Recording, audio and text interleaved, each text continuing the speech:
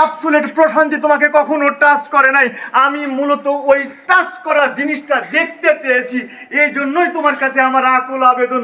ও বুড়ি শক্ত করে মাকে জড়িয়ে ধরে বলো, ও মা তুমি আমাকে ক্ষমা করে দিও।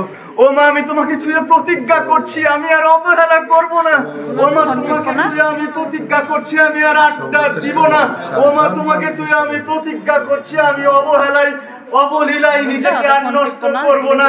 ও বুড়ি আমি জানি না আল্লাহ সত্তাটা চাক্ষুষে অনুভূতিগুলো দেখছে কিনা, কিন্তু আল্লাহর কাছে আমারও প্রার্থনা, এ আল্লাহ যদি আমি শিক্ষক হিসেবে সত্য হয়ে থাকি, আমি যদি এদের গার্ডিয়ান হিসেবে সত্য হয়ে থাকি, তাহলে ও যে প্রতিজ্ঞাটুকু করছো ওর বাবাকে ছুঁয়ে ওর মাকে ছুঁয়ে, অন্তত তুমি সারাক্ষণ তার মাথার মধ্যে এই অনুভূতিটা জিয়ে রেখো, যা করলে ও যেন পথভ্রষ্ট না হয়, যা করলে ও যেন সব সময় নিজেকে প্রপারলি ইউটিলাইজ করবার জন্য মেন্টালিটি পায়, যা করলে ও যেন নিরবিচ্ছিন্ন থেকে নিজেকে শান্তিতে রেখে অন্তত চারপাশকে শান্তিতে রাখতে পারে।